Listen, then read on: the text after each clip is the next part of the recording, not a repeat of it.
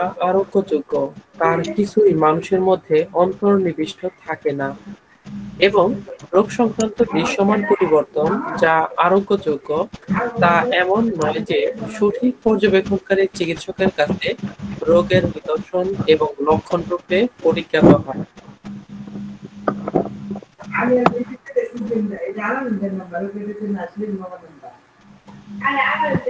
এই ব্যবস্থাটি মানব স্বাস্থ্যের সর্বজ্ঞ সংরক্ষকের অসীম করুণার সাথে পুরোপুরি সঙ্গতিপূর্ণ। ব্যাখ্যা: এই সূত্রে আরোগ্যযোগ্য ব্যাধি ও দুরারোগ্য ব্যাধির মধ্যে বাস্তবসম্মত প্রভেদ নিরূপণ করা হয়েছে। সব ব্যাধি ঔষধ দ্বারা আরোগ্য করা যায় না। এর অর্থ এই যে, সব ব্যাধিতে সদৃশভাবে যথোপযুক্ত ঔষধ নির্বাচন করার জন্য নির্ভরযোগ্য চরিত্রগত লক্ষণ খুঁজে পাওয়া যায় না। রোগের নিদানগত লক্ষণ অনেক থাকে বটে, কিন্তু তার ভিত্তিতে নির্বাচিত ঔষধ কখনো যথোপযুক্তভাবে সদৃশ হয় না এবং আরোগ্য সহায়কও হয় না। রোগে নিদানগত লক্ষণ যত বৃদ্ধি পায়, অসাধারণ এবং চরিত্রগত লক্ষণ ততই হারিয়ে যায়। দেখুন স্যার, আপনার পাশে ডিস্টার্ব হচ্ছে। ওই সালমা আক্তার, ওনাকে আউট করে দেন, না হলে ওনাকে মিউট করে দেন, বারবার ডিস্টার্ব করতেছে।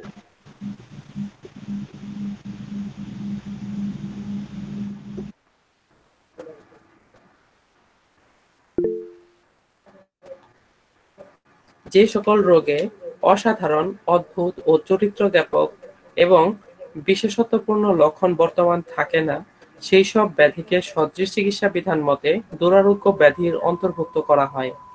পক্ষান্তরে যেসব রোগে রোগীর দেহ ও মনে সুস্পষ্টভাবে অদ্ভুত, অসাধারণ এবং চরিত্রগত লক্ষণ প্রকাশিত হয়, তা সদৃশ চিকিৎসা বিধানে নিশ্চিতভাবে আরোগ্যযোগ্য ব্যাধি। এই সূত্রে বলা হয়েছে যে, আরোগ্যযোগ্য ব্যাধিতে রোগের বিশেষত্বপূর্ণ, অদ্ভুত, অসাধারণ এবং চরিত্রগত লক্ষণ কখনো রোগীর দেহাভ্যন্তরে লুকিয়ে থাকে না। রোগ আরোগ্যের প্রয়োজনে বিধাতার বিধান অনুসারে রোগের এসব বিশেষত্বপূর্ণ, অসাধারণ লক্ষণগুলো প্রকাশিত হয়। এই ব্যবস্থাটি মানব কল্যাণের জন্য স্রষ্টার অপার করুণার, অপার কৃপার মহান নিদর্শনের সাথে সঙ্গতিপূর্ণ। রোগে যদি এরূপ বৈশিষ্ট্যপূর্ণ, অদ্ভুত, অসাধারণ এবং চরিত্রগত লক্ষণ প্রকাশিত না হতো, তাহলে মানুষের কোনো ব্যাধিই নির্মূলভাবে আরোগ্য করা সম্ভব হতো না। স্রষ্টার শাশ্বত বিধান অনুসারে মানুষের জীবনী শক্তি এমন স্বকীয় সত্তা লাভ করেছে যে, সে সুস্থ অবস্থায় মানুষকে সকল প্রকার রোগ থেকে নিরাপদ রাখতে পারে। অসুস্থ অবস্থায় রোগের সচিত্র লক্ষণ প্রকাশের মাধ্যমে যথার্থ ঔষধি সাহায্য চাইতে পারে এবং যথার্থ ঔষধ কর্তৃক সাহায্যপ্রাপ্ত হলে সে রোগসমূহ নির্মূলভাবে আরোগ্য করে মানুষের জীবনকে সুখ স্বাচ্ছন্দ্যে পূর্ণ করে দিতে পারে। অর্থাৎ জীবনী শক্তির রোগ প্রতিষেধক ক্ষমতা আছে, আবার রোগাক্রান্ত হওয়ার জন্য রোগের প্রতি সংবেদনশীল হওয়ার ক্ষমতাও আছে, এবং রোগ কর্তৃক পীড়িত হওয়ার পর জীবনী শক্তি এর সামর্থ্য অনুসারে লক্ষণ প্রকাশ করতে পারে। জীবনী শক্তির সামর্থ্য অটুট থাকলে রোগের নৈসর্গিক লক্ষণের সাথে অদ্ভুত, অসাধারণ, চরিত্রগত এবং বিশেষক লক্ষণ প্রকাশ করতে পারে। রোগে রোগীর দেহ ও মনে ভেতরে ও বাহিরে যেসব পরিবর্তন সাধিত হয় এবং লক্ষণের মাধ্যমে প্রকাশিত হয়, তা রোগের অবিকল চিত্র। এরূপ রোগচিত্রে প্রকাশিত অদ্ভুত, অসাধারণ এবং বিশেষত্ব জ্ঞাপক লক্ষণগুলো সর্বদা এমন চিত্তাকর্ষক হয় যে, তা কখনো সঠিক পর্যবেক্ষণকারী চিকিৎসকের দৃষ্টির অগোচর থাকতে পারে না। এসব লক্ষণ তাদের বিশেষ বৈশিষ্ট্য দ্বারা চিকিৎসকের মনোযোগ আকর্ষণ করে। এসব অসাধারণ বিশেষত্বপূর্ণ লক্ষণগুলো সর্বদাই খুব স্বচ্ছ ও স্পষ্ট হয়, ফলে খুব সহজে চিকিৎসকের ইন্দ্রিয়গ্রাহ্য হয়। এই ছিল আমাদের 14 নম্বর সূত্র। এরপরে হচ্ছে সূত্র নম্বর 15। অদৃশ্য গভীরে আমাদের দেহকে যে সজীব রাখে, সে হলো আত্মা সদৃশ চালিকা শক্তি, জীবনী শক্তি। তার অসুস্থ অবস্থা এবং তার দ্বারা দেহে সৃষ্ট বাহ্যিকভাবে বোধগম্য লক্ষণ সমষ্টি এবং আভ্যন্তরীণ অবস্থার প্রতিনিধিত্বকারী ব্যাধি একটি সামগ্রিক চিত্র গঠন করে। তারা এক ও অভিন্ন। দেহটি প্রকৃতই জীবনের স্থূল হাতিয়ার, কিন্তু এটি বোধগম্য নয় যতক্ষণ পর্যন্ত না সহজাতভাবে উপলব্ধিকারী এবং নিয়ন্ত্রণকারী জীবনী শক্তি কর্তৃক একে সজীবতা দান করা হয়। ঠিক যেমনি দেহ ব্যতীত জীবনী শক্তি বোধগম্য নয়, ফলে দুইয়ে মিলে একটি সমগ্রতা সৃষ্টি করে। যদিও কল্পনায় আমাদের মন এ সমগ্রতাকে দুটি পৃথক ধারণায় বিভক্ত করেছে, যাতে সহজে বোঝা যায়। ব্যাখ্যা এই সূত্রে বলা হয়েছে যে দেহ ও আত্মার সমন্বয়ে মানুষ সৃষ্টি করা হয়েছে, একে অপরের অবিচ্ছেদ্য অংশ। আত্মা ছাড়া দেহ এক জড় পদার্থ, আবার দেহ ছাড়া আত্মার অস্তিত্ব বোঝা যায় না। তাই চিকিৎসা বিজ্ঞানে আত্মাধারী গোটা মানুষটাকে নিয়ে আলোচনা করতে হয়। জীবনী শক্তির অসুস্থতা এবং জীবন্ত গোটা দেহের অসুস্থতা মূলত এক ও অভিন্ন। তবে জীবনী শক্তি অদৃশ্য বিধায় তা অদৃশ্য রোগ শক্তি কর্তৃক একমাত্র অদৃশ্য ভাবেই পীড়িত হতে পারে, অন্য কোনো ভাবে নয়। এবং উপযুক্ত ঔষধের একমাত্র অদৃশ্য শক্তি দ্বারাই জীবনী শক্তিকে সুস্থ করা সম্ভব, অন্য কোনো উপায়ে নয়। এই সত্যটি সহজে বোঝানোর জন্যই হ্যানিম্যান দেহ ও আত্মাকে পৃথক করে আলোচনা করেছেন। সদৃশ আরোগ্য নীতির মূল দর্শনই সাদৃশ্যবাদ। শুধু বস্তুগত সাদৃশ্য নয়, অদৃশ্যগত সাদৃশ্যও আবশ্যক। কারণ জীবনী শক্তি একটি অদৃশ্য সত্তা, রোগ শক্তিও একটি অদৃশ্য সত্তা। তাই সদৃশ চিকিৎসা বিধান মতে ঔষধের নৈসর্গিক গুণ অবমুক্ত করে তাকেও অদৃশ্য সত্তায় রূপান্তর করতে হয়। অতএব তিনটি সত্তাই অদৃশ্য ও ভাবগত এবং সাদৃশ্যপূর্ণ। অপরদিকে জীবন্ত মানুষ এবং প্রাণীর ব্যাধিগত জৈব কার্যকলাপ ও অনুভূতি অর্থাৎ রোগ লক্ষণসমূহ দৃশ্যমান এবং সুস্থ মানুষের দেহে ঔষধ পরীক্ষাকালে ঔষধের অদৃশ্য শক্তি কর্তৃক সৃষ্ট লক্ষণসমূহও দৃশ্যমান। সদৃশ চিকিৎসা বিধান মতে এ দুটি দৃশ্যমান বিষয়ের মধ্যে সাদৃশ্য নিশ্চিত করতে হয়, তবেই আরোগ্য নিশ্চিত হয়। অতএব বলা যায় যে সদৃশ চিকিৎসা বিধানে অদৃশ্যবাদ ও বস্তুবাদের সফল সমন্বয় ঘটেছে। এই ছিল আমাদের 15 নম্বর সূত্র পর্যন্ত। তো আমরা আজকে 12 থেকে 15 পর্যন্ত পড়েছি। এর মধ্যে কারো কোনো প্রশ্ন আছে কিনা, থাকলে বলতে পারেন। আর আমি আরেকবার সূত্রের মূল কথাটা বলে নিই। 12 নম্বর সূত্রে যা পড়েছি তার মূল কথাটা ছিল লক্ষণ সমষ্টি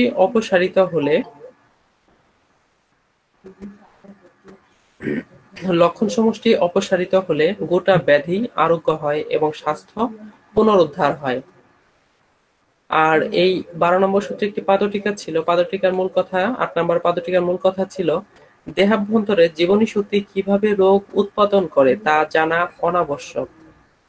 13 নম্বর সূত্রের মূল কথা ছিল প্রাকৃতিক ব্যাধিকে জীবনী শক্তি থেকে পৃথক বস্তু মনে করা এবং তা দেহাভ্যন্তরে লুকিয়ে থাকে এমন ধারণা পোষণ করা কেবলমাত্র বস্তুবাদী মনেই সম্ভব। 14 নম্বর সূত্রের মূল কথা ছিল মানব দেহের আরোগ্যযোগ্য ব্যাধি চিকিৎসকের কাছে লক্ষণসমূহের মাধ্যমে আত্মপ্রকাশ করবেই। 15 নম্বর সূত্রের মূল কথাটি ছিল জীবনী শক্তির বিশৃঙ্খলা এবং দেহ ও মনে প্রকাশিত রোগ লক্ষণ সমূহ এক এবং অভিন্ন। এই ছিল আমাদের 12 থেকে 15 পর্যন্ত সূত্রের মূল কথা। এর মধ্যে যদি কারো কোনো প্রশ্ন থাকে তাহলে বলতে পারেন।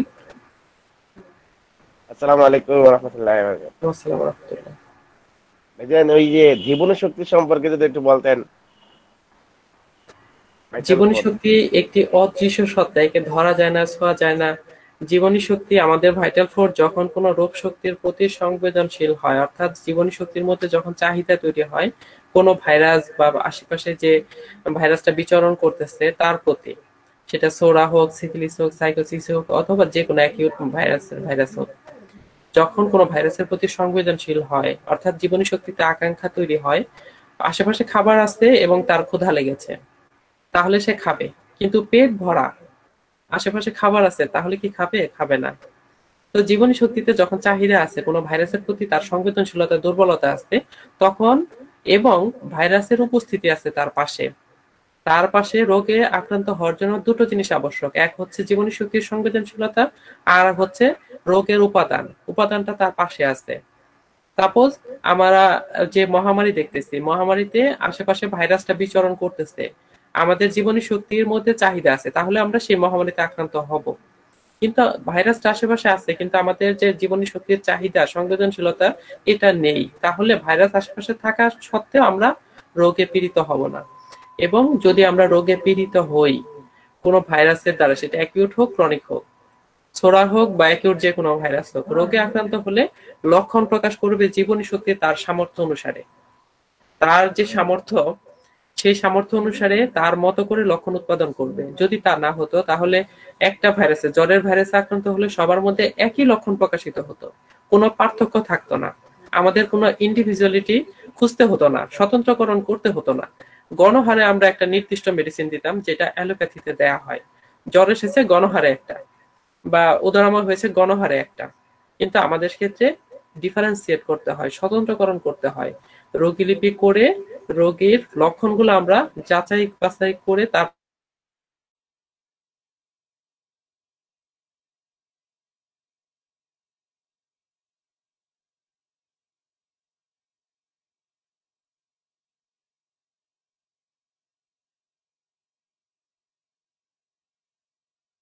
hearings, যে no patient having syphilitic history in the past can be declared cured until and unless this nosode is administered at least once in the course of the treatment.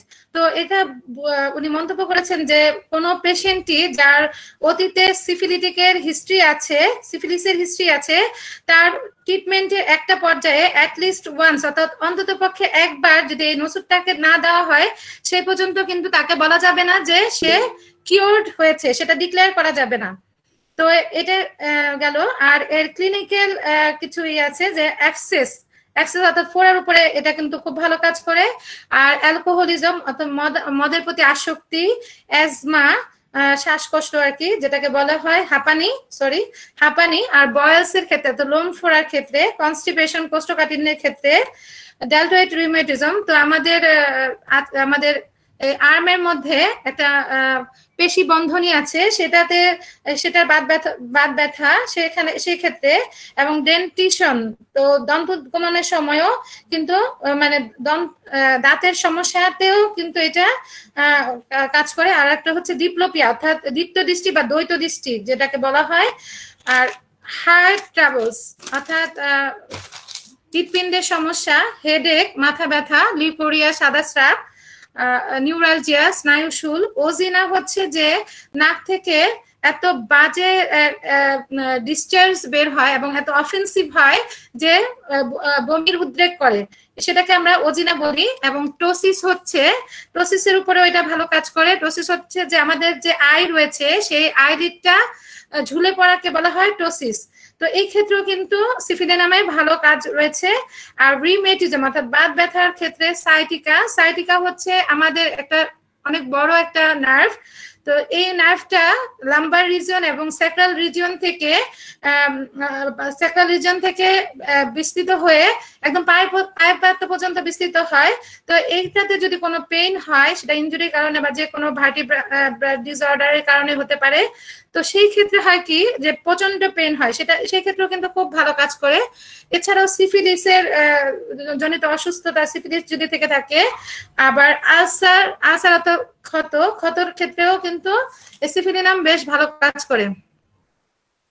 আরেকটা হচ্ছে স্পেয়ার্স অফ অ্যাকশন, অর্থাৎ কোন কোন reason গুলোতে syphilinum ভালো কাজ করে। ইট acts chiefly on the brain and spinal cord, এটা প্রধানত মস্তিষ্ক এবং মেরুদণ্ডের উপরে কিন্তু খুব ভালো কাজ করে। আর bones, periosteum, skins and mucous membranes also come under the spheres of action of this drug. এবং এছাড়াও দেখা যাচ্ছে যে হাড় আর পেরিওস্টিয়াম হচ্ছে হাড়ের যে আবরণী, সেটাকে বলা হয় পেরিস্টিয়াম, সেক্ষেত্রেও কিন্তু ভালো কাজ করে। স্কিন, চামড়ার উপরে, আবার মিউকাস মেমব্রেন, সস্ত্রিক ঝিল্লির উপরে খুব ভালো কাজ করে। আর এর কনস্টিটিউশন হচ্ছে, অর্থাৎ ধাতুগত বৈশিষ্ট্য হচ্ছে যে এর physical makeup, many different types of eruption, particularly copper colored, which become blue on getting cold. মানে বিভিন্ন ধরনের উদ্ভিদই তার মধ্যে দেখতে পাওয়া যায়। বিশেষ করে দেখা যায় যে তামার বর্ণের একটা উদ্ভিদ হয়, এবং সেটা যদি ঠান্ডা লাগে তাহলে কিন্তু ব্লু কালার মানে নীল কালার হয়ে যায়। আর আমি এই কনস্টিটিউশন খুব বেশি একটা পাইনি, তো আমি জমিও সফটওয়্যার থেকে মার্ফি রেপার্টরির কনস্টিটিউশন চ্যাপ্টার থেকে আপনার স্ক্রিনে আমি শেয়ার করে দিয়েছি। তো সেখানে আপনারা দেখতে পাবেন যে ডোয়ারফিশ কনস্টিটিউশন। তো ডোয়ারফিশ হচ্ছে খড়বাকৃতির, বেটে বা খাটো এই ধরনের, এদের ধাতুগত বৈশিষ্ট্য হয়, এরা এতটাই খাটো এবং বেটে হয় যে 17 বছর বয়সী বালক বা বালিকা তাদেরকে দেখতে মনে হয় শিশুর মতো, এতটাই রিডিউসড এবং ডোয়ারফিশ হয়। তো আবার এছাড়াও আছে যে ডোয়ারফিশ কনস্টিটিউশন দো 17 looked like a child was so reduced and dwarfish। আর আরেকটা হচ্ছে তার এলডারলি কনস্টিটিউশন, অর্থাৎ তার বয়সের তুলনায় তাকে বেশি এজেড মনে হয়, বয়স্ক মনে হয়। তো এই ধরনের কনস্টিটিউশন আমরা দেখতে পাই। আরেকটা হচ্ছে ইমাসিয়েটেড কনস্টিটিউশনস, দেখা যায় যে তার কিন্তু পুরো বডিটাই শীর্ণ হয়ে যায়, শীর্ণতা দেখা দেয়। আর এছাড়াও দেখা যায় ক্যাটারাল আর নার্ভ ডিফনেস, অর্থাৎ শ্লেষ্মা প্রধান বা সর্দি সমস্যা তার মধ্যে থাকে। এছাড়া নার্ভ ডিফনেস হচ্ছে হিয়ারিং লস, অর্থাৎ সে তার মধ্যে বধিরতা থাকে, আর হচ্ছে বধিরতা, কানে কম শুনতে, কানে শুনেই না। তো এই ধরনের কনস্টিটিউশন আমরা দেখি। আর ইনফ্যান্টদের ক্ষেত্রে, ইনফ্যান্ট সাধারণত জন্মের পর থেকে 1 বছর বয়সী এই শিশুদেরকে বলা হয় ইনফ্যান্টস। তো এদের ক্ষেত্রে যে কনস্টিটিউশন সেটা হচ্ছে face like and old man, অর্থাৎ তার মুখমণ্ডলটা, তার ফেসটা বৃদ্ধের মতো দেখায়। আর ইনফ্যান্টস কনস্টিটিউশন স্লিপলেসনেস, এবং ইনফ্যান্টদের আরেকটা ধাতুগত বৈশিষ্ট্য হচ্ছে যে তাদের মধ্যে অনিদ্রা দেখা দেয়। আর ইনহেরিটেন্স ব্যাড ডিফেক্টিভ কনস্টিটিউশন, অর্থাৎ তার মধ্যে দেখা যাচ্ছে যে উত্তরাধিকার সূত্রে পাওয়া, ইনহেরিটেন্স হচ্ছে উত্তরাধিকার সূত্রে পাওয়া, তো ব্যাড এবং ডিফেক্টিভ অর্থাৎ ত্রুটিযুক্ত কোনো সমস্যা তার মধ্যে দেখা যায়, যেমন ক্লেফট প্যালেট বা স্ট্রেবিসমাস বা ক্লাবি ফিট, অর্থাৎ পাটা বেঁকে যায়, পায়ের পাতাটা বেঁকে যায়। এই ধরনের প্রবলেমগুলো তার ফেসিয়াল ফিচার্সে কোনো অসামঞ্জস্যতা থাকতে পারে, সেগুলো সে উত্তরাধিকার সূত্রে থাকে। প্লিজ শিরিন আক্তার, আপনি একদম আস্তে আস্তে পাঠ করুন এবং অনেক সময় ধরে বলুন, সমস্যা নেই। যদি না হয় আরো 2 দিনে এই ক্লাসটা করাবো, কিন্তু এত দ্রুত বললে সকল শ্রোতা শুনতে পাচ্ছে না। ধন্যবাদ। আচ্ছা, রিঅ্যাকশন ল্যাক অফ, অর্থাৎ তার প্রতিক্রিয়ার অভাব দেখতে পাই আমরা যখন ওয়েল সিলেক্টেড রেমেডি, অর্থাৎ সুনির্বাচিত রেমেডি দিয়েও দেখা যাচ্ছে যে তার কোনো পার্মানেন্ট কিওর হচ্ছে না বা রিলিফ হচ্ছে না। তো সেই ক্ষেত্রে কিন্তু আমরা সিফিলিনামের কথা চিন্তা করতে পারি। আরেকটা হচ্ছে যে উইক কনস্টিটিউশন, তার এই পেশেন্টরা দুর্বল প্রকৃতির হয় এবং সিমটমস উইথ ভেরি ফিউ, সেই সাথে খুব কম সংখ্যক সিমটমস পাওয়া যায়, সিমটমস খুবই কম থাকে। আর ওমেনদের কনস্টিটিউশন হচ্ছে যে ওমেনদের ক্ষেত্রে দেখা যায় যে ফিবল, অর্থাৎ অনেক বেশি দুর্বল হয়, ড্রাইড আপ লুকিং, অর্থাৎ মনে হচ্ছে, দেখতে মনে হয় যে শুকিয়ে গিয়েছে এরকম মনে হয়। তো এটা হচ্ছে তার কনস্টিটিউশন। আর টেম্পারামেন্ট হচ্ছে মেলানকলিক, অর্থাৎ বিষণ্ণ, এরা বিষণ্ণ প্রকৃতির হয়। আমরা জানি যে সিফিলিনামের সিফিলিসের যে সিফিলিটিক মায়াজমের যে পেশেন্টরা রয়েছে তাদের কিন্তু বিষণ্ণতা অনেক বেশি কাজ করে, হতাশা, বিষণ্ণতা, যার কারণে তার মধ্যে এই বিষণ্ণতাটা অনেক বেশি দেখতে পাওয়া যায়। আর মায়াজমেটিক ব্যাকগ্রাউন্ড হচ্ছে সিফিলিস। সিফিলিস একটু স্লোলি। জি, আর এর মেন্টাল সিমটমস সম্পর্কে আমি একটু বলতে চাচ্ছি। সেটা হচ্ছে যে আমি মেন্টাল সিমটমস সম্পর্কে বলার আগে আমি ডেক্সট্রা guide to keynotes and confirmatory symptoms doctor Roger মরিসনের থেকে আমি মেন্টাল স্টেটটা একটু বলতে চাচ্ছি। সেটা হচ্ছে যে সিপিডি নামের পেশেন্টদের দেখা যায় যে ফিয়ার মানসিক অবস্থাটা এমন হয় যে তাদের মধ্যে ফিয়ার এবং অ্যাংজাইটি অর্থাৎ ভয় এবং দুশ্চিন্তা থাকে। তো এই ভয়টা কি ব্যাপারে, সেটা হচ্ছে যে হেলথ এবং ডিজিজ নিয়ে তাদের ভয়টা বেশি কাজ করে, specially strong fear of infectious disease, অর্থাৎ অনেক বেশি ভয় কাজ করে, প্রচন্ড ভয় কাজ করে সংক্রামক রোগের প্রতি এবং রোগের প্রতি, বিশেষ করে ডিপ ইনফেকশাস ডিজিজ যেমন টিউবারকুলোসিস অর্থাৎ যক্ষ্মা রোগের প্রতি তাদের অনেক বেশি ভয় কাজ করে। তো যখন আমরা শুনি যে কোনো লোক বা লোকেরা অস্বাভাবিকভাবে ইরেশনালি অর্থাৎ অযৌক্তিকভাবে এইডস অথবা লাইমস ডিজিজকে ভয় পায়, তো তখন আমাদের অবশ্যই সিফিলিনামের কথা বিবেচনা করা উচিত। এই ক্ষেত্রে আর্সেনিক, বোরাক্স, ক্যালকেরিয়া, সালফার এগুলো মেডিসিন এই লক্ষণে কিন্তু রয়েছে। তো এই যে ভয়টা তার মধ্যে দেখা যায় যে এই ভয়টা তার মধ্যে প্রোফাউন্ড অ্যাভারশন তৈরি করে, অর্থাৎ গভীর অনীহা তৈরি করে ডায়েট এবং ডার্টি থিংস টাচ করার ক্ষেত্রে, অর্থাৎ নোংরা এবং নোংরা জিনিস ধরার প্রতি একটা গভীর অনীহা তৈরি করে। তো আরেকটা টেন্ডেন্সি, স্ট্রং টেন্ডেন্সি তার মধ্যে রয়েছে, সেটা হচ্ছে যে জিনিসপত্র চেক করা, যে জিনিসপত্র বারে বারে চেক করা। যেমন সে চুলোটা বন্ধ করেছে কিন্তু সে মনে করতে পারে না সে চুলোটা বন্ধ করেছে কিনা, অথবা সে কোথাও যাবে, বেড়াতে যাবে, তো টিকিটটা নিয়েছে কিনা বা টাকাটা নিয়েছে কিনা সেটা বারবারে সে চেক করে দেখবে, আবার দরজাটা বন্ধ করেছে কিনা সেটাও সে চেক করে দেখবে। তো এই ধরনের অনিশ্চয়তা তার মধ্যে কিন্তু কম্পালসিভ নিউরোসিস এই প্যাথোলজিটা তৈরি করে। কম্পালসিভ নিউরোসিস হচ্ছে একটা মেন্টাল ডিসঅর্ডার যেখানে অবসেশন এবং কম্পালশন এই দুইটা ডিসঅর্ডারই থাকতে পারে, আবার একটাও থাকতে পারে বা দুইটাও থাকতে পারে। তো অবসেশন হচ্ছে যে মানুষের মনে অথবা মাথায় কোনো আইডিয়া বা থট ঘুরপাক খেতে থাকে, সে ইচ্ছা করলেও সেটাকে তাড়াতে পারে না বা সরাতে পারে না, মন থেকে বা মাইন্ড থেকে সে তাড়াতে পারে না।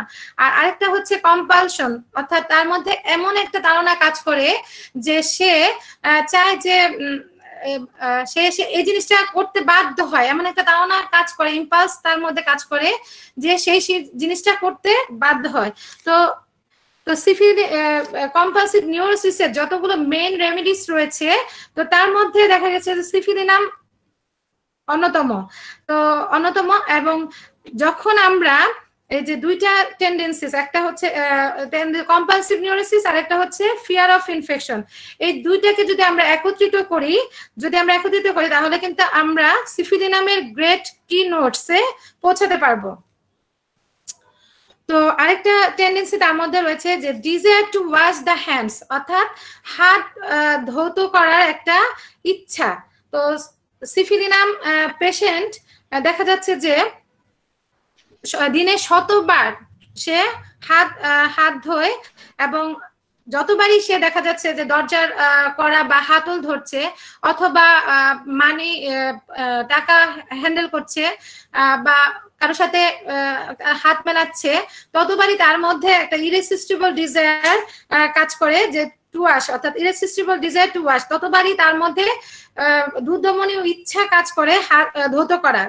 তো এবং এছাড়াও দেখা যায় যে তার কাপড় চোপড়ের পরিষ্কার পরিচ্ছন্নতার ব্যাপারও একটা কিন্তু ডিজায়ার তার মধ্যে কাজ করে।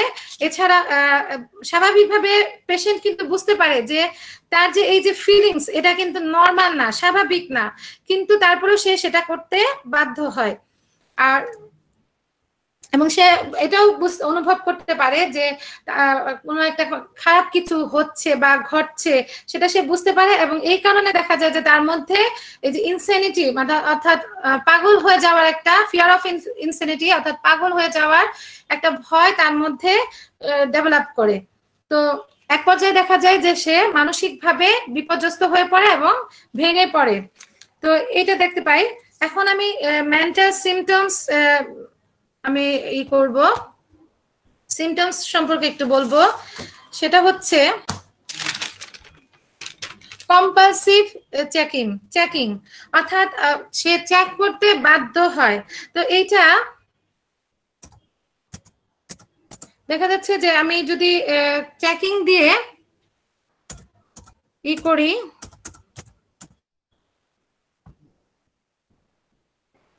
কি ব্যাপার হচ্ছে না কেন?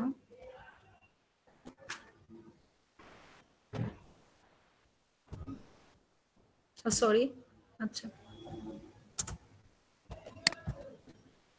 এই যে এখানে দেখেন compulsive checking must recheck everything twice or more, অর্থাৎ দুইবার অবশ্যই তাকে চেক করতে হয়, আবার পুনরায় চেক করতে হয়, সবকিছুই দুইবার অথবা তারও বেশি।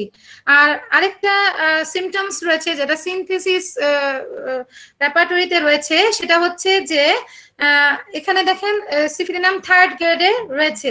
আরেকটা সিমটমস রয়েছে যে verifying if the doors are locked, এটা সিনথেসিস রেপার্টরিতে রয়েছে, সেটা আমি দেখাতে পাচ্ছি না। তো একটাই মেডিসিন এবং একটাই মেডিসিন 3rd গ্রেডে রয়েছে সিফিলিনাম।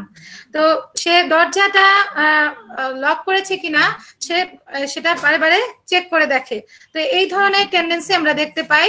আর একটা হচ্ছে যে কম্পালসিভ হ্যান্ড ওয়াশিং, একটা হচ্ছে যে কম্পালসিভ হ্যান্ড ওয়াশিং অর্থাৎ হাত ধৌত করতে সে বাধ্য হয় বা হাত ধোয়। হ্যাঁ, তো এইটা হচ্ছে যে ওয়াশিং,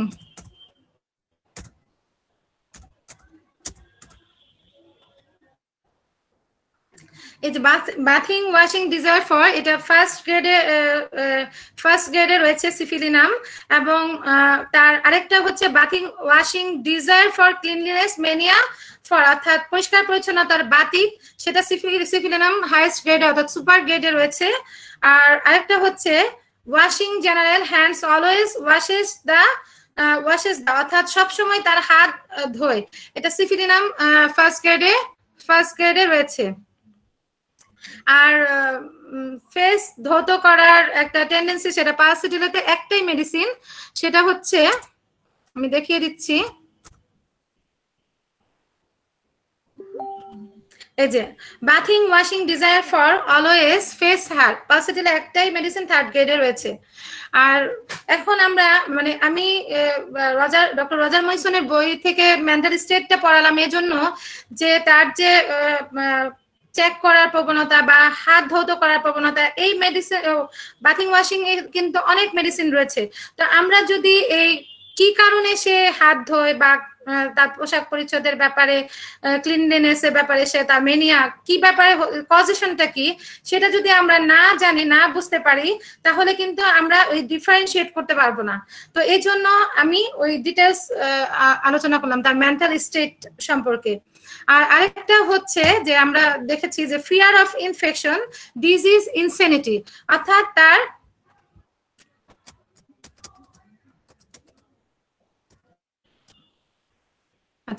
তার ভয় কাজ করে ডিজিজের ব্যাপারে। এই যে ফিয়ার অফ ডিজিজ, এখানে দেখা যাচ্ছে যে ফিয়ার অফ ডিজিজ ফার্স্ট গ্রেডে কিন্তু রয়েছে, সিফিলিনাম ফার্স্ট গ্রেডে,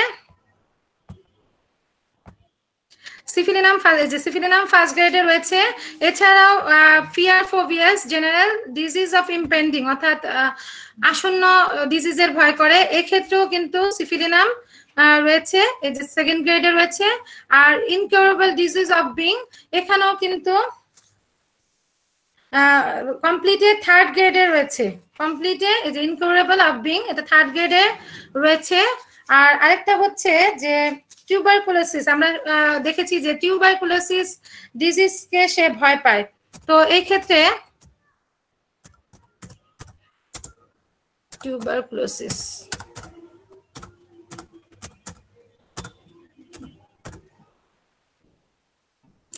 টিউবারকুলোসিস ডিজিজকে সে ভয় পায়, এটা হচ্ছে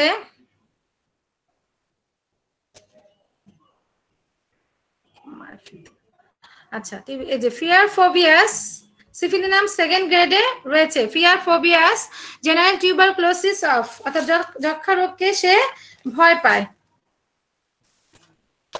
আর আরেকটা আমরা দেখেছি যে মদের প্রতি আসক্তি, তো এটা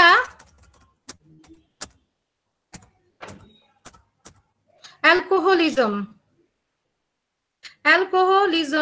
তো মদের প্রতি আসক্তি এটা দেখা গেছে যে থার্ড গ্রেডে রয়েছে মার্ফিতে।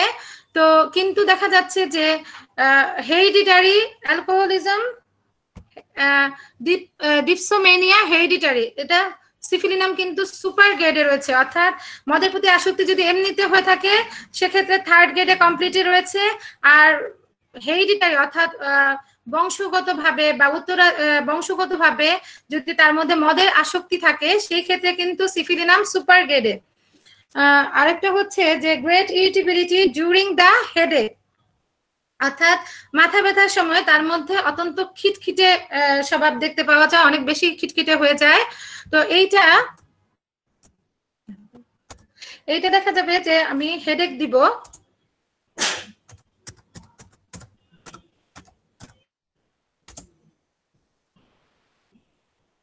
হেডেক ইরিটেবিলিটি,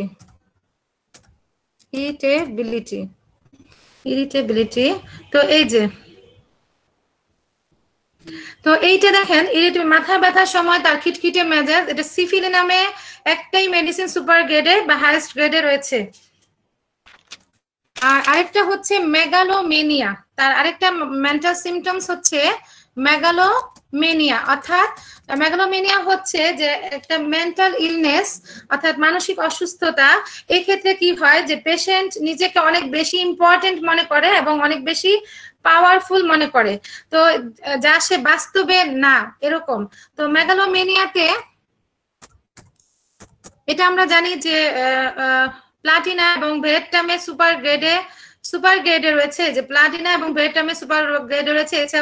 এছাড়াও দেখা যায় ক্যানাবিস ইন্ডিকা, সালফার ফার্স্ট গ্রেডে রয়েছে এবং সেকেন্ড গ্রেডে রয়েছে সিফিলিনাম।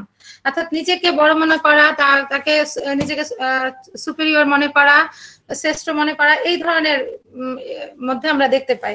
আর আরেকটা হচ্ছে পেশেন্ট ইজ হোপলেস, তো সে নিরাশ থাকে এবং হ্যাজ ডেসপেয়ার অফ রিকভারি, অর্থাৎ আরোগ্যের ব্যাপারে সে দেখা যায় যে খুব হতাশ থাকে, আরোগ্যের ব্যাপারে খুব হতাশ থাকে। তো এখানে আমরা হোপলেস ফিলিং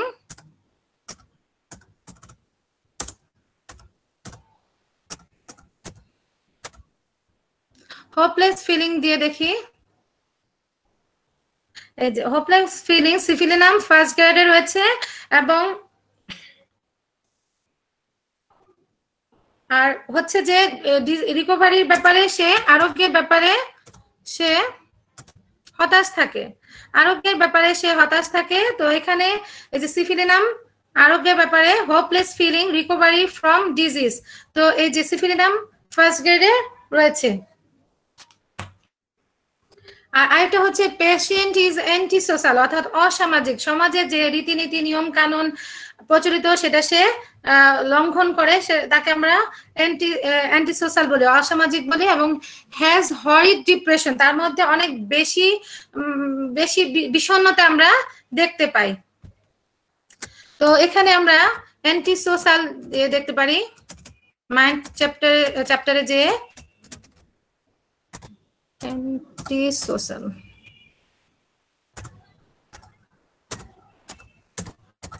অ্যান্টি সোশ্যাল দিয়ে দেখি।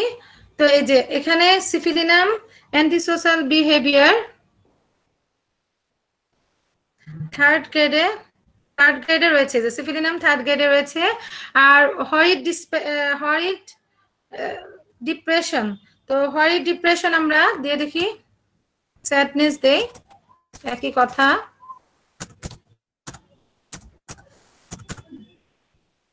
তো আচ্ছা, স্যাডনেস এটা কমপ্লিটে হরিড স্যাডনেস না? আচ্ছা আচ্ছা, হরিড স্যাডনেস। এই যে সিফিলিনামে দেখা যাচ্ছে যে হরিড স্যাডনেস, সিফিলিনাম একটাই মেডিসিন। আর হচ্ছে আরেকটা সিমটমস হচ্ছে যে পেশেন্ট ইজ ক্রস, অর্থাৎ বিরক্ত, ইরিটেবল, খিটখিটে, পিভিস, অর্থাৎ সে যে খিটখিটে সেটা দেখানোর একটা প্রবণতা তার মধ্যে কাজ করে।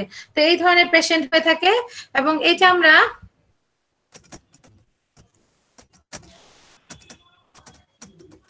ক্রস দিয়ে দেখি।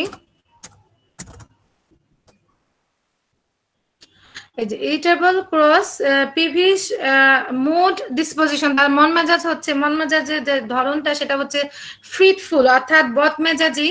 ক্রস বিরক্ত সে হয়, এবং ইরিটেবল খিটখিটে, পিভিশ তো বললাম। আর কোয়ারেলসাম হচ্ছে ঝগড়াটে, উইনিং হচ্ছে যে ঘ্যান ঘ্যান করা।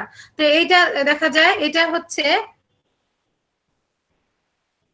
সেকেন্ড গ্রেডে রয়েছে বরিকে, সেকেন্ড গ্রেডে বরিকে রয়েছে। আর আরেকটা হচ্ছে তার আরেকটা সিমটমস হচ্ছে feels as if going insane or being paralysed, অর্থাৎ সে পাগল হয়ে যাবে অথবা পক্ষাঘাতগ্রস্ত হবে, যে এরকম একটা অনুভূতি তার মধ্যে কাজ করে। তো এই ক্ষেত্রে আমরা ফিয়ার, ভয়, ভয় তার মধ্যে কাজ করে। ফিয়ার, ইনসেনিটি, অর্থাৎ পাগল হয়ে যাওয়ার ভয় তার মধ্যে কাজ করে।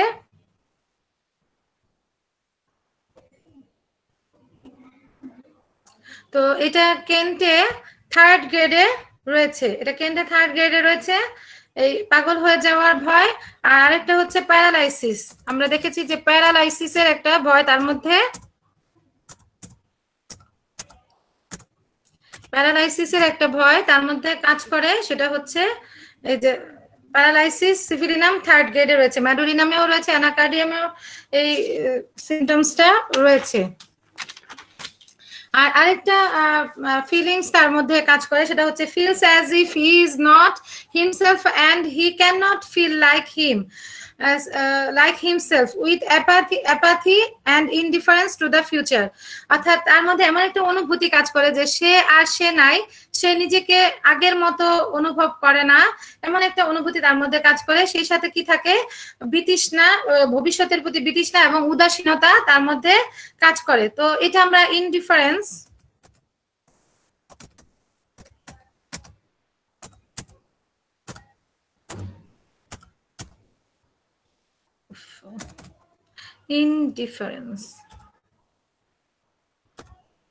ইনডিফারেন্স দিয়ে আমরা দেখতে পারি।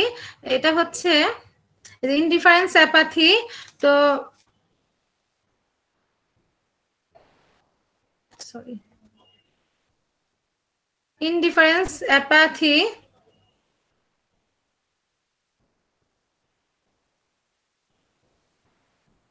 সিফিলিনাম ফার্স্ট গ্রেডে রয়েছে, এই যে সিফিলিনাম ফার্স্ট গ্রেডে রয়েছে। এবং ইনডিফারেন্স, অ্যাপাথি, এভরিথিং তো সবকিছুর প্রতি তার বিতৃষ্ণা, সেটা সিফিলিনাম সেকেন্ড গ্রেডে রয়েছে। তো আরেকটা সিমটমস হচ্ছে যে patient has terrible dread of night on account of physical and mental exertion on awaking. It is intolerable, অর্থাৎ ঘুম ভাঙার পরে, ঘুম থেকে জেগে ওঠার পরে তার যে শারীরিক এবং মানসিক অবসন্নতা থাকে, সেটা সেই কারণে অবসন্নতা সে ভোগ করে, সে কারণে সে রাতকে ভয় পায়, এবং সে মনে করে যে ডেথ ইজ প্রেফারেবল, অর্থাৎ এর চেয়ে মৃত্যু সেও। তো এটা আমরা দেখতে পাই। তো ফিয়ার নাইট অ্যাগ্রাভেশন, সে রাতকে ভয় পায় অ্যাগ্রাভেশনের কারণে, তার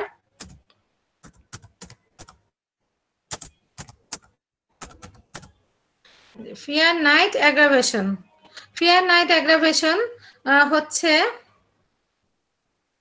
এখানে ফিয়ার নাইট অ্যাগ্রাভেশন ফার্স্ট গ্রেডে রয়েছে, ফার্স্ট সিফিলিনাম ফার্স্ট গ্রেডে, এই যে সিফিলিনাম ফার্স্ট গ্রেডে রয়েছে। আর আরেকটা হচ্ছে অ্যাঙ্গুইশ নাইট, অর্থাৎ অ্যাঙ্গুইশ হচ্ছে যে আরেকটা রুব্রিক্স হচ্ছে অ্যাঙ্গুইশ নাইট, অর্থাৎ অ্যাঙ্গুইশ বলতে বুঝি আমরা যে ডিজিজের কারণে হোক বা সে কারণে হোক মেন্টাল মানসিকভাবে বা শারীরিকভাবে সে পেইন ফিল করা বা ভোগা, হ্যাঁ, এটাকে বলা হয় অ্যাঙ্গুইশ। তো এটাও আমরা দেখতে পাই।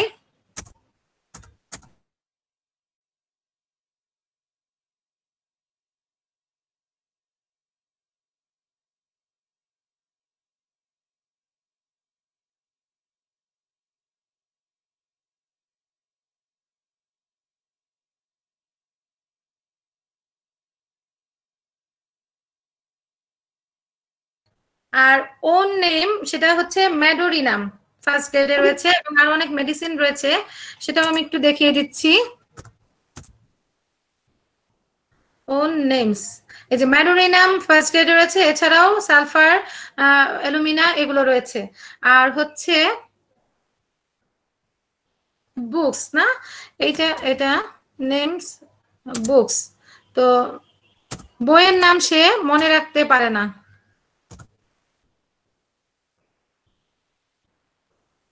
এই যে একটাই মেডিসিন ফার্স্ট গ্রেডে রয়েছে, forgetfulness names for books of. আর আরেকটা হচ্ছে যে প্রিভিয়াস ডিজিজের কথা কিন্তু সে মনে রাখতে পারে। তাহলে প্রিভিয়াস দিয়ে আমরা দেখি আসে কিনা। এই যে forgetfulness remembers everything previous to his disease, but একটাই মেডিসিন ফার্স্ট গ্রেডে রয়েছে সিফিলিনাম। আর আরেকটা আছে যে প্লেসের ব্যাপারেও, সেটাও দেখিয়ে দিচ্ছি। প্লেসেস, তো এটা খুব ভুলো মনা হয়, যেমন সিফিলিনাম এই যে ফার্স্ট গ্রেডে। আর একটা সিমটমস হচ্ছে মেন্টাল সিমটমস হচ্ছে পেশেন্ট ইজ ভেরি নার্ভাস, অর্থাৎ স্নায়বিক প্রকৃতির হয়, খুব বেশি স্নায়বিক প্রকৃতির হয়। লাফ অর উইপস উইদাউট কজ, অর্থাৎ কোনো কারণ ছাড়াই সে হাসে এবং কাঁদে। তো এইটা আমরা কজলেস দিয়ে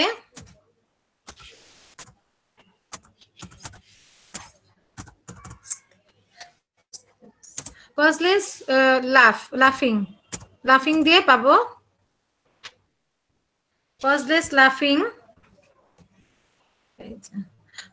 লাফিং সেখানে সিফিলিনাম থার্ড গ্রেডে রয়েছে। আর উইপিং অত কান্না করা,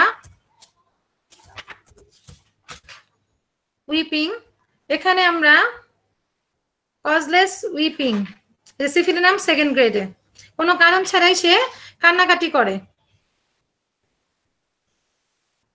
আর আরেকটা সিমটমস হচ্ছে patient does not want to be soothed, অর্থাৎ তাকে কেউ শান্ত করুক সেটা সে চায় না।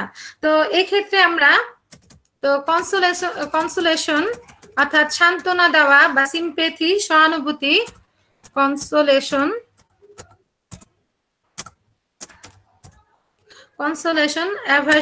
অ্যাভারশন দিতে চাই। হ্যাঁ, কনসোলেশন অ্যাভারশন টু, এখানে সিফিলিনাম থার্ড গ্রেডে যে consolation sympathy aversion to syphilinum third গ্রেডে রয়েছে।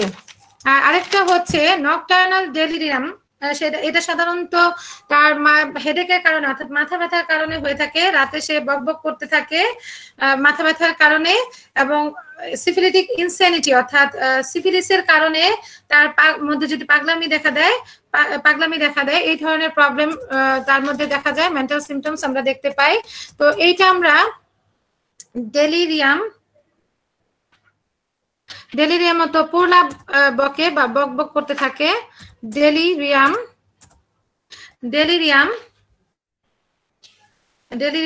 Headache, delirium headache, delirium headache during night.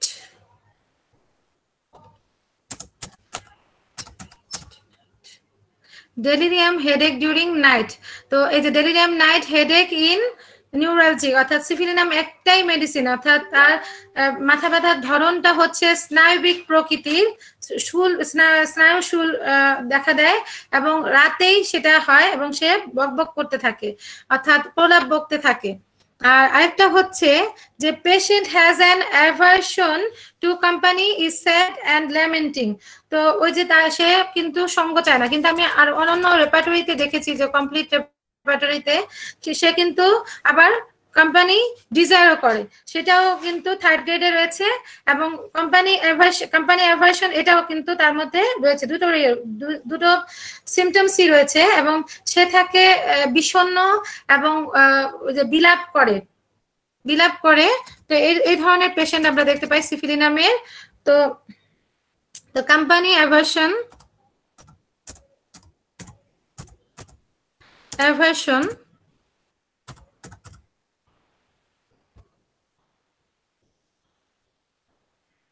Company aversion, এখানে অ্যাভারশন টু এখানে থার্ড গ্রেডে রয়েছে। আর ল্যামেন্টিং আরেকটা হচ্ছে যে বিলাপ করে, সেটা হচ্ছে ল্যামেন্টিং।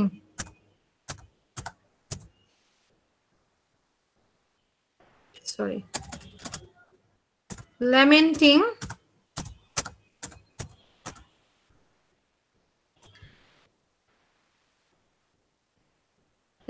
ল্যামেন্টিং, বিমনিং, ওয়েলিং, এগুলো সব একই সিনোনিম ওয়ার্ডস। তো দেখা গেছে যে এটা থার্ড গ্রেডে রয়েছে সিফিলিনাম, থার্ড গ্রেডে রয়েছে, এই যে সিফিলিনাম থার্ড গ্রেডে রয়েছে। আর আরেকটা হচ্ছে যে arithmetic calculation is very difficult, অর্থাৎ সে কিন্তু অঙ্কের গণনা ঠিক মতো করতে পারে না। এটা আমরা এখানে দেখতে পাই ম্যাথমেটিক্স,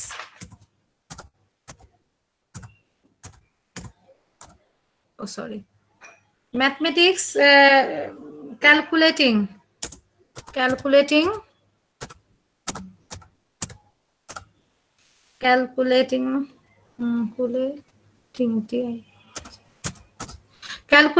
তো এই যে ম্যাথমেটিক্স ক্যালকুলেটিং ইনএপ্ট ফর, এখানেও সিফিলিনাম থার্ড গ্রেডে রয়েছে, আবার হচ্ছে মিস্টেক্স মেক্স ক্যালকুলেটিং ইন, এখানেও সিফিলিনাম রয়েছে থার্ড গ্রেডে, কমপ্লিটে থার্ড গ্রেডে রয়েছে। আর আরেকটা হচ্ছে যে সে কিন্তু লায়ার হয় অর্থাৎ মিথ্যাবাদী, এবং এমন মিথ্যা কথা বলে যে সে কি বলছে সে নিজেই বুঝে না। তো এই ক্ষেত্রে আমরা এই রুব্রিক্সটা নিতে পারি। লায়ার, লায়ারে দেখেন সিফিলিনাম ফার্স্ট গ্রেডে রয়েছে। আর আরেকটা হচ্ছে liar never speaks the truth, সে কখনোই সত্য কথা বলে না। Does not know what he is saying, সে জানে না যে সে কি বলছে। ঠিক আছে, এরকম ধরনের মিথ্যাবাদী সে হয়। আর কিছু কিছু সেন্সেশন, তার মধ্যে ইন্টারেস্টিং কিছু সেন্সেশন রয়েছে, যেমন তার ভেন্স গুলোতে মনে হয় যে হট ওয়াটার অথবা অয়েল,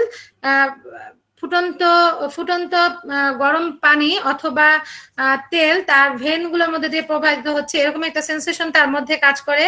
আর আরেকটা পিকুলিয়ার সিমটমস হচ্ছে যে তার মাথা পেছনের দিকে টানতে থাকে, মনে হয় যে কোনো বোঝা দেওয়া আছে মাথার মধ্যে এবং সেটা পেছনের দিকে চলে যাচ্ছে, এরকম একটা অনুভূতি বা সেন্সেশন তার মধ্যে কাজ করে। আর আরেকটা হচ্ছে যে চোখের মধ্যে দিয়ে ঠান্ডা বায়ু প্রবাহিত হচ্ছে, এরকম একটা সেন্সেশনও কাজ করে। আর আরেকটা হচ্ছে এটা একটা পিকুলিয়ার সিমটম, যে আমরা জানি যে অ্যালাইভ সেন্সেশন, অর্থাৎ টিথের মধ্যে কোনো জীবন্ত কিছু, something living in the teeth, or as for example a worm, অর্থাৎ তার দাঁতের মধ্যে জীবন্ত কিছু রয়েছে, এরকম একটা সেন্সেশন তার মধ্যে রয়েছে। বিশেষ মনে করে যে ওয়ার্ম অর্থ কৃমি রয়েছে, এরকম একটা কিছু সে মনে করে।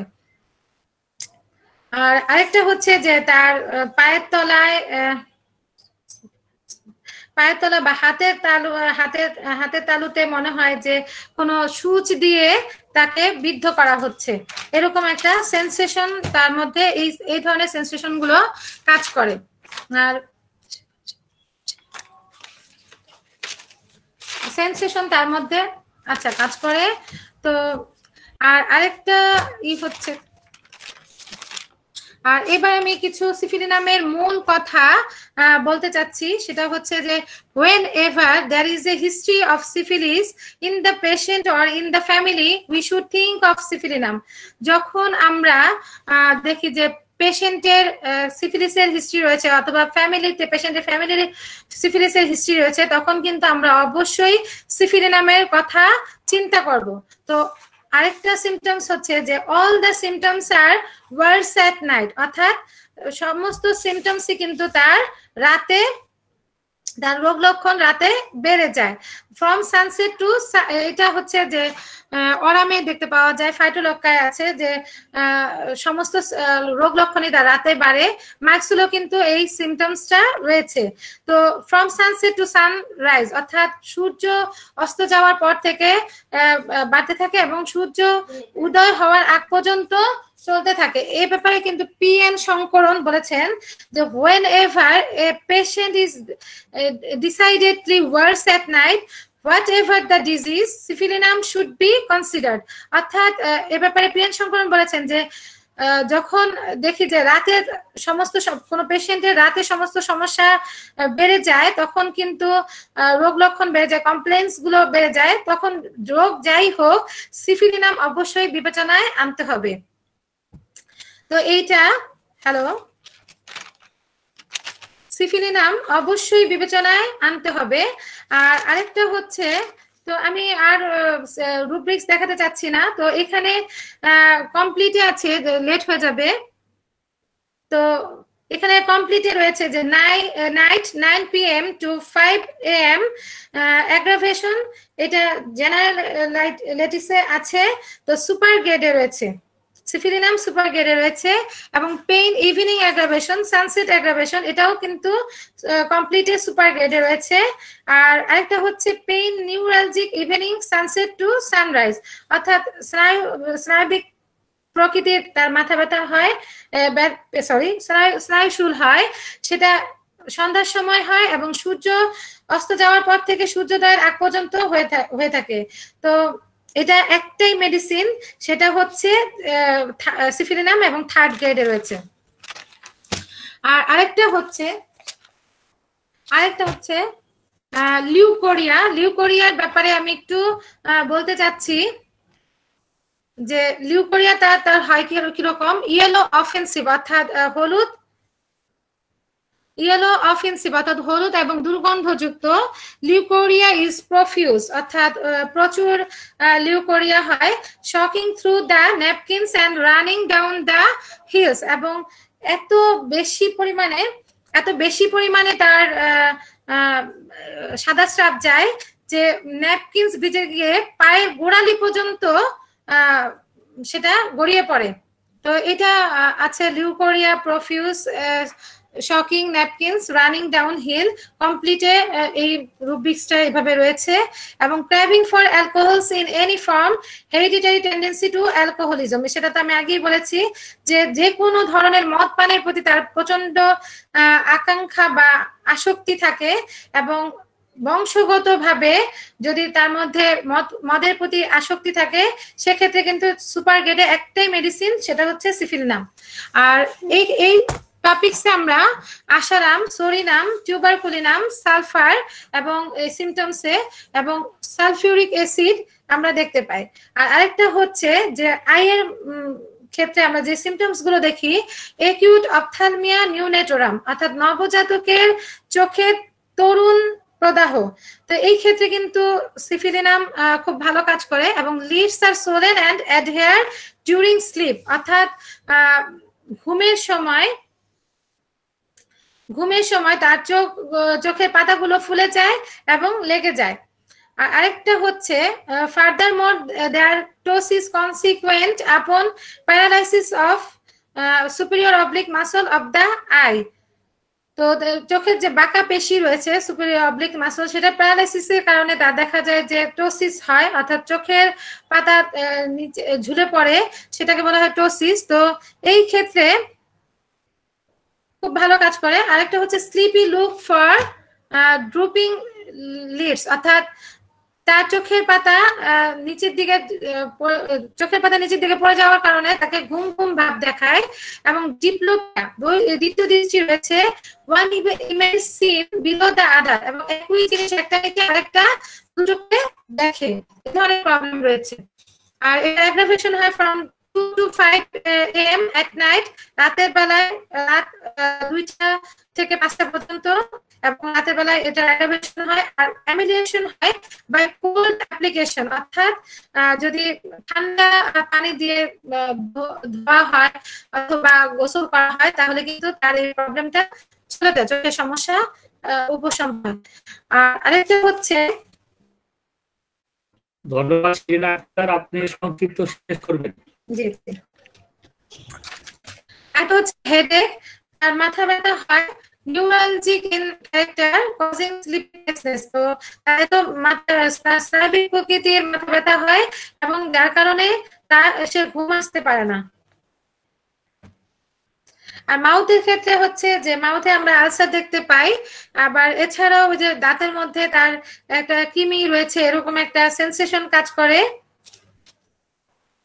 এছাড়াও দাঁতগুলো দেখা যায় যে অনেক বেশি খর্বাকৃতির হয়ে যায়, বা করাতে দাঁতের মতো দেখা যায় যে করাতে দাঁতের মতো সূচালো হয় ধারগুলো, এবং ভেঙে যায়, মাড়ির ধারে দাঁতগুলো ভেঙে যায়।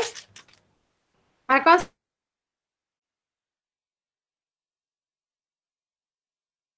তাহলে কিন্তু কমে যায়, এবং মাউন্টেন এয়ারে কিন্তু অ্যামিলিয়েশন হয়। আর বারবার যদি কারো অ্যাবর্শন হওয়ার থাকে, তো সেক্ষেত্রে আমরা সিফিলিনামের কথা অবশ্যই চিন্তা করব। এক্ষেত্রে পি শঙ্করন বলেছেন যে I also find that whenever there is a history of many abortions, syphilinum will often be needed. আর রিপিটেড অ্যাবসেসের ক্ষেত্রেও কিন্তু খুব ভালো কাজ করে। আর অ্যাগ্রাভেশন হয় তার রাতে এবং গোধূলি লগ্ন থেকে সূর্যের আলো দেখা দেওয়া পর্যন্ত, এবং সি শোরে অর্থাৎ সমুদ্র সৈকতে কিন্তু তার বৃদ্ধি পায়। আর অ্যামিলিয়েশন হয় যে উঁচু পর্বতে উঠলে বা পাহাড়ে চললে বা ফিল্ডে তার অ্যামিলিয়েশন হয়। ধন্যবাদ সবাইকে। অসংখ্য ধন্যবাদ ডাক্তার শিরিন আক্তার ম্যামকে।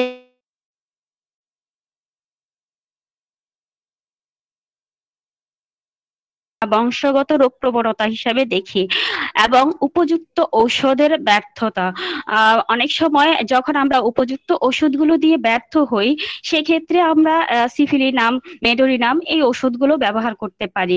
এগুলো অত্যন্ত সুগভীর ওষুধ। তরুণ রোগের ক্ষেত্রে আমরা এগুলোর তেমন একটা ব্যবহারে ভালো ফল পাই না, কিন্তু যখন আমরা এগুলো ক্রনিক ক্ষেত্রে ব্যবহার করি, সেক্ষেত্রে আমরা অত্যন্ত ভালো রেজাল্ট পাই। আর সিফিলিনামের আরেকটি মূল কথা হচ্ছে যেমন রাত্রি বৃদ্ধি, অনিদ্রা ও অক্ষুধা। রাত্রি বৃদ্ধি সিফিলিনামের একটি চরিত্রগত লক্ষণ। তাই সিফিলিনামের এই লক্ষণটিকে তার চরিত্রগত লক্ষণ হিসেবে আমরা চিরে থাকি। সিফিলিনামের কাছে রাত্রি যেন একটি কাল রাত্রি। সন্ধ্যা হতে না হতেই সে অত্যন্ত ভয়ভীত হয়ে থাকে, কারণ সন্ধ্যার পর থেকে রাত যত গভীর হতে থাকে তার যন্ত্রণাগুলো বাড়তেই থাকে, তাই সে রাত্রকে অত্যন্ত ভয় পায়। আবার এর যে মানসিক লক্ষণ, আমরা যেটা জানি যে সাইকোসিস যেমন বুদ্ধিবৃত্তিকে বিভ্রাট করে দেয়, তেমনি সিফিলিস আমাদের বুদ্ধি বা ইচ্ছা শক্তিটাকে বিকৃত করে ফেলে। সিফিলিনামের নিদ্রার লেশ পর্যন্ত থাকে না, সে তার রোগ যন্ত্রণার কারণে সে রাতে ঘুমাতে পারে না। আর অনিদ্রার মতো আরেকটা লক্ষণ আছে, যেটা হচ্ছে ক্ষুধা মন্দা সিফিলিনামের নিত্য সহচর একটি লক্ষণ। এছাড়া আরেকটি মূল কথা আছে, যেমন খর্বতা ও পক্ষাঘাত। শারীরিক ও মানসিক খর্বতা সিফিলিটিক শিশুর দৈহিক গঠনে বা অঙ্গসৌষ্ঠবে সামঞ্জস্যতা থাকে না। আবার দেখা যায়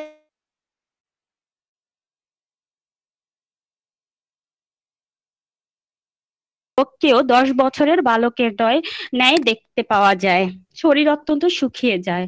মানসিক খর্বতা দেখতে পাই যে তার মনের মধ্যে যেন মন নেই, মস্তিষ্কে যেন কোনো বুদ্ধি থাকে না, সে কেন যেন মন মরা বিষণ্ণ হয়ে থাকে, অত্যন্ত চঞ্চল থাকে, এক জায়গায় বেশিক্ষণ থাকতে পারে না। আর শিশুদের ক্ষেত্রে দেখা যায় যে যকৃৎ অর্থাৎ যকৃতের বিবৃদ্ধি অতি ভীষণ ব্যাধিযুক্ত থাকে।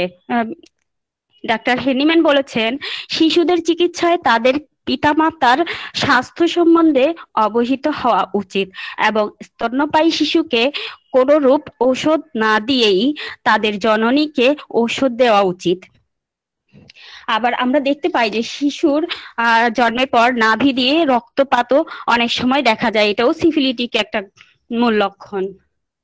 আর আরেকটা মূল লক্ষণ হচ্ছে যে ক্ষত ও দুর্গন্ধ। সিফিলিটিকের মুখে ঘা, কানে পুঁজ, চক্ষু প্রদাহ যুক্ত থাকে, নাকের মধ্যে দুর্গন্ধ ক্ষত থাকে, আর তার দুর্গন্ধ মলমূত্র ঘর্ম এমনকি শ্বাস প্রশ্বাস পর্যন্ত অত্যন্ত দুর্গন্ধযুক্ত থাকে। প্রত্যেকটি স্রাবেই দুর্গন্ধযুক্ত থাকে। এর সাথে আমরা সিফিলি নামের কোষ্ঠবদ্ধতাও দেখতে পাই। কোষ্ঠবদ্ধতার কারণে তার মল ত্যাগ করতে অত্যন্ত কষ্ট হয় এবং অনেক সময় মলদ্বার ছিঁড়ে রক্তপাতও হতে পারে। তো এই লক্ষণগুলো আমরা অবশ্যই মনে রাখবো, এগুলো সিফিলি নামকে পরিচয় করিয়ে দেয় বা আমাদেরকে স্মরণ করিয়ে দেয়। এবার আমাদের ক্লাসের মন্তব্য শুনবো আমাদের সভাপতি স্যারের কাছ থেকে। সভাপতি স্যার।